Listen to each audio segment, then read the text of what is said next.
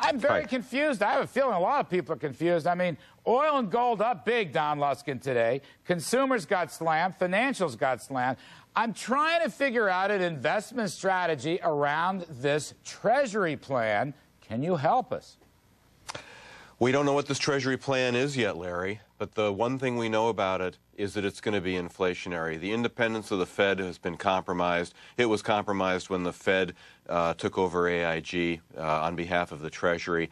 And you know what's going to happen. It's not going to be Helicopter Ben anymore. It's going to be C5A Ben. They're just going to be dropping shrink-wrapped pallets full of $1,000 bills from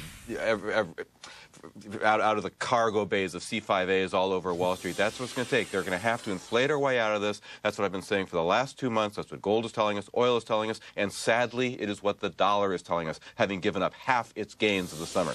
Doc Caravel, what do you make of Don Luskin's inflation scenario? You buy it? I like those pallets of $1,000 bills. Sign me up for one of those, Don. But I don't agree with the idea that this is The problem is they won't be worth anything when you get them. Well, you know, I'll take my risk and use it as wrapping paper if not all else fails. I don't agree with the inflation play. Not unless the Federal Reserve starts slashing their target rate again.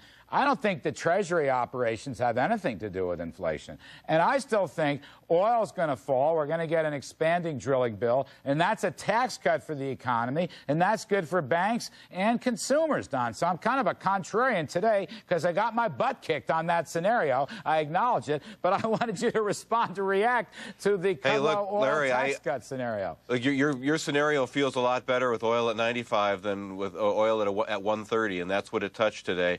We got a panic going on here where people are suddenly losing confidence in the dollar. They're selling dollars for euros, they're selling dollars for yen, they're selling dollars for oil, they're selling dollars for gold, and that's because it seems pretty clear that the government is going to borrow money and print money to get us out of this. This bailout plan, I can tell you one thing about it, it is way too big. It's crazy to go in asking for $700 billion. $700 billion is actually more than enough to pay 100 cents on the dollar for every single subprime and Alt-A mortgage that isn't already held by Fannie and Freddie. I like it's a that. Preposterous number. I read your newsletter. By the way, both you guys are fabulous contributors to the Wall Street Journal and the other publications. Don, real quick, favorite sector right now? The inflation plays. Basic materials, basic materials, basic materials. Zachary, favorite sector right now? You know, I agree with the basic materials, but only because of global demand, not because